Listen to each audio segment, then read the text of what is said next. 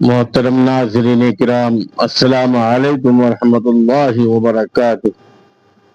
امید کرتے ہیں آپ سب لوگ اللہ تبارک و تعالیٰ کے فضل و کرم سے خیر و عافیت سے ہوں گے۔ ناظرین، آج ہم بات کریں گے تہجد کی نماز میں کیسے دعا قبول ہوتی ہے اور تقدیر کیسے بدلتے ہیں اور انسانوں کے بند دروازے کیسے کھلتے ہیں۔ تو آئیے شروع کرتے ہیں اور ویڈیو کو مکمل لازمی دیکھیں۔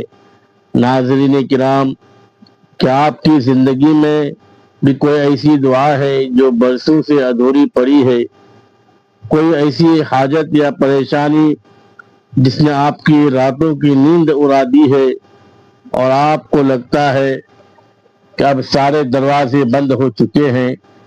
اگر آج آپ یہ تحریر پڑھ رہے ہیں تو یقین جانیے یہ کوئی اتفاق نہیں بلکہ اللہ کی طرف سے آپ کے لیے ایک پکار ہے، کیونکہ وہ اب آپ کی تقدیر بدلنا چاہتا ہے۔ آج میں آپ کو اس خفیہ دروازے کے بارے میں بتانے جا رہا ہوں جسے تہجد کہتے ہیں۔ ایک ایسا دروازہ جس پر دستک دینے والا کبھی خالی ہاتھ نہیں لوٹا۔ اگر آپ تھک چکے ہیں، ہار مان چکے ہیں اور چاہتے ہیں کہ معجزہ آپ کی زندگی میں دستک دے تو اپنی زندگی کے چند لمحے اس کے نام کر دیجئے، کیونکہ شاید یہی وہ لمحہ ہے جہاں سے آپ کی دعاؤں کی قبولیت کا سفر شروع ہونے والا ہے اور آپ کی تقدیر کا لکھا بدلنے والا ہے۔ دیکھیں، جب دنیا کی خاموشی اپنے عروج پر ہوتی ہے اور ہر آنکھ نیند کے مزے لے رہی ہوتی ہے، عین اسی وقت کائنات کا مالک آسمانی دنیا پر نزول فرماتا ہے اور خود پکارتا ہے کہ ہے کوئی مجھ سے مانگنے والا، ہے کوئی جسے شفا چاہے، ہے کوئی جو اپنی پریشانیوں کا حل چاہتا ہے۔ ذرا سوچئے، جب شہنشاہوں کا شہنشاہ خود دستک دے رہا ہو اور ہم غفلت کی چادر تانے سو رہے ہیں تو یہ کتنی بڑی محرومی ہے۔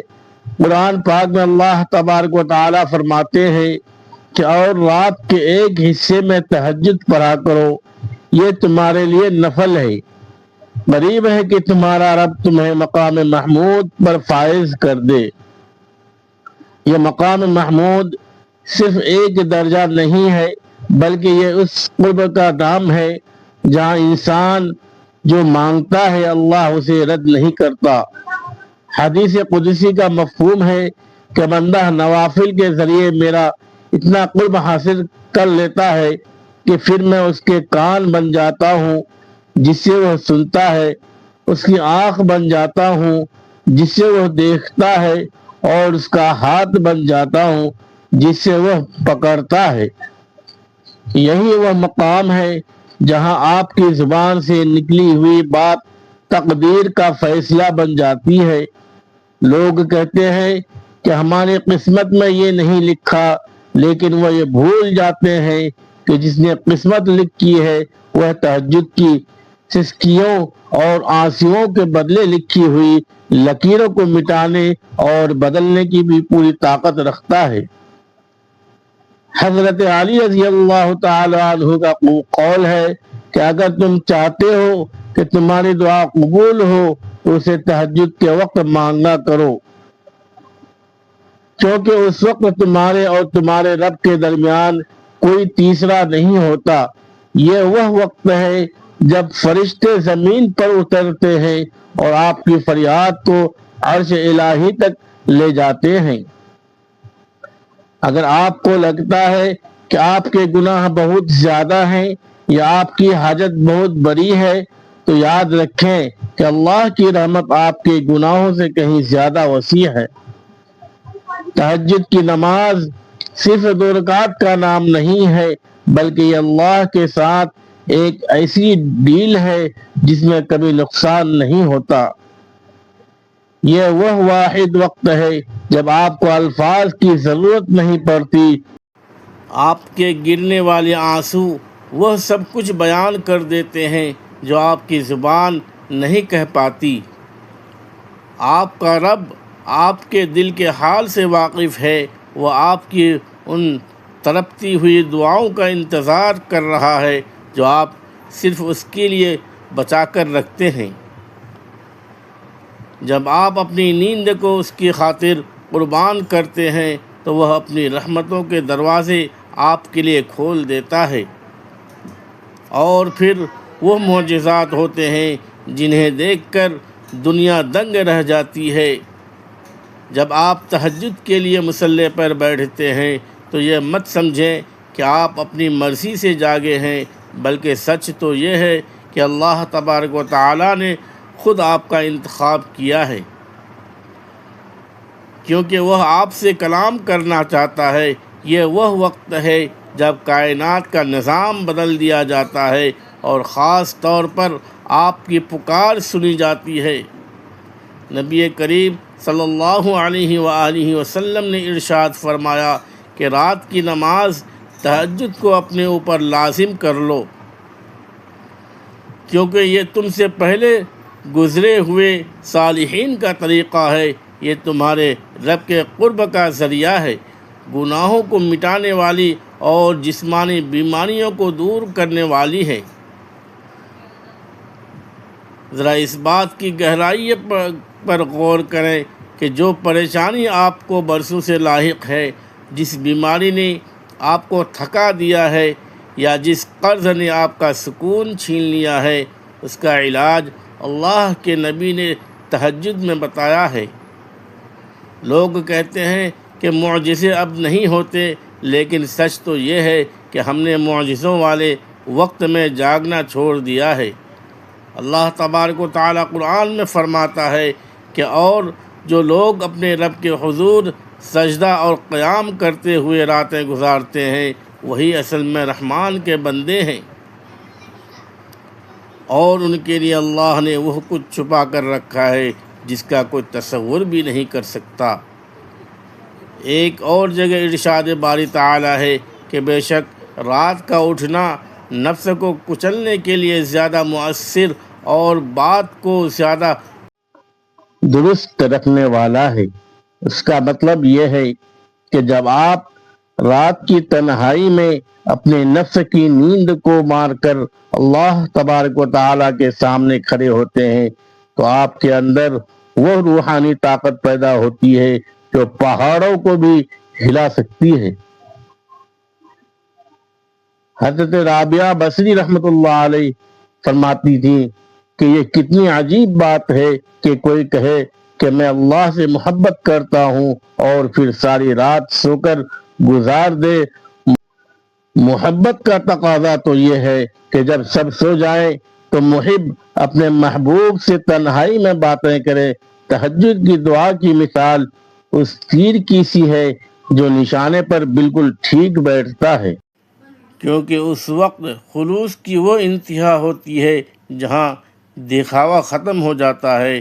آپ کے آنسو جب سجدے کی جگہ کو بھگوتے ہیں تو وہ عرش کے ستون کو ہلا دیتے ہیں۔ آپ کی زندگی کے بند دروازے اس لیے نہیں کھلے کہ آپ نے اب تک دستک غلط جگہ دی تھی۔ ایک بار اس وقت مانگ کر دیکھیں جب اللہ خود عطا کرنے کے لیے پکار رہا ہوتا ہے۔ یاد رکھیں وہ اللہ جو خشک زمین کو بارش سے زندگی دے سکتا ہے، وہ آپ کی بنجر پڑی ہوئی زندگی میں بھی خوشیوں کی بہار لا سکتا ہے۔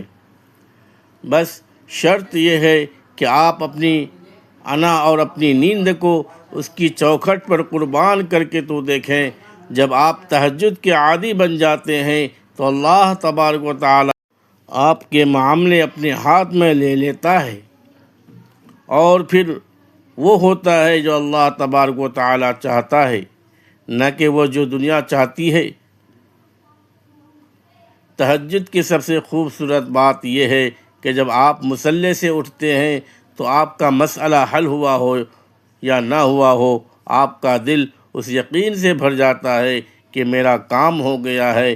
یہ وہ یقین ہے جو بڑی سے بڑی دیوار کو گرا دیتا ہے، کیونکہ آپ نے اس سے مانگا ہے۔ جس کے قبضے میں کائنات کی ہر کنجی ہے۔ اللہ تبارک و تعالیٰ قرآن میں فرماتا ہے کہ جب میرے بندے آپ سے میرے بارے میں سوال کریں تو کہہ دیجئے کہ میں ان کے بہت قریب ہوں، میں پکارنے والے کی پکار کا جواب دیتا ہوں۔ جب بھی وہ مجھے پکارتا ہے، یہ قربت اور یہ جواب تہجد کے وقت اپنے عروج پر ہوتا ہے۔ جب آپ رات کے اس پہر ہاتھ پھیلاتے ہیں تو وہ کریم رب آپ کے ہاتھوں کو خالے لوٹاتے ہوئے حیا فرماتا ہے۔ حدیث مبارکہ کا مفہوم ہے کہ تم اللہ تبارک و تعالیٰ سے اس طرح دعا مانگو کہ تمہیں اس کی قبولیت کا پورا یقین ہو۔ تہجد تو نام ہی یقین کا ہے، یہ جانتے ہوئے بھی کہ بظاہر حالات نہیں بدل رہے، لیکن یہ مان لینا کہ میرا اللہ میرے لیے راستے بنا رہا ہے۔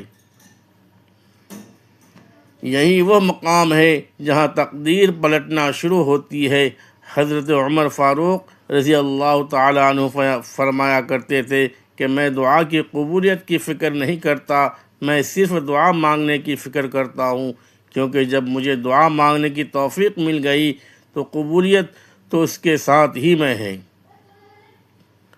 اگر آج اللہ تبارک و تعالیٰ نے آپ کو نیند سے بیدار کر کے اپنے سامنے جھکنے کی توفیق دی ہے تو یہ اس بات کی سب سے بڑی علامت ہے کہ وہ آپ کو نوازنا چاہتا ہے، وہ آپ کی جھولی بھرنا چاہتا ہے۔ وہ رب جو رات کی سیاہی چیر کر سورج نکال سکتا ہے، کیا وہ آپ کی زندگی کی اندھیری رات کو خوشیوں کی صبح میں نہیں بدل سکتا؟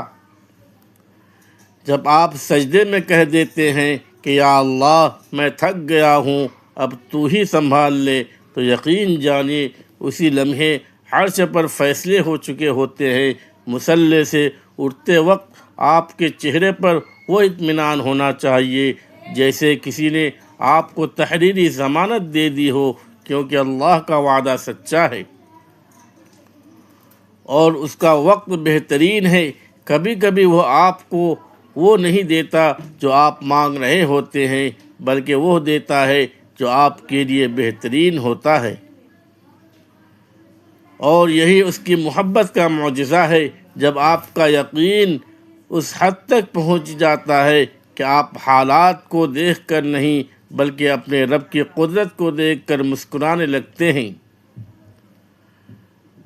تو سمجھ لیں کہ آپ کی دعا عرش تک پہنچ کر قبولیت کا لبادہ اوڑھ چکی ہے۔ اب بس اس معجزے کے ظاہر ہونے کا انتظار ہے جو بہت جلد آپ کی آنکھوں کے سامنے آنے والا ہے۔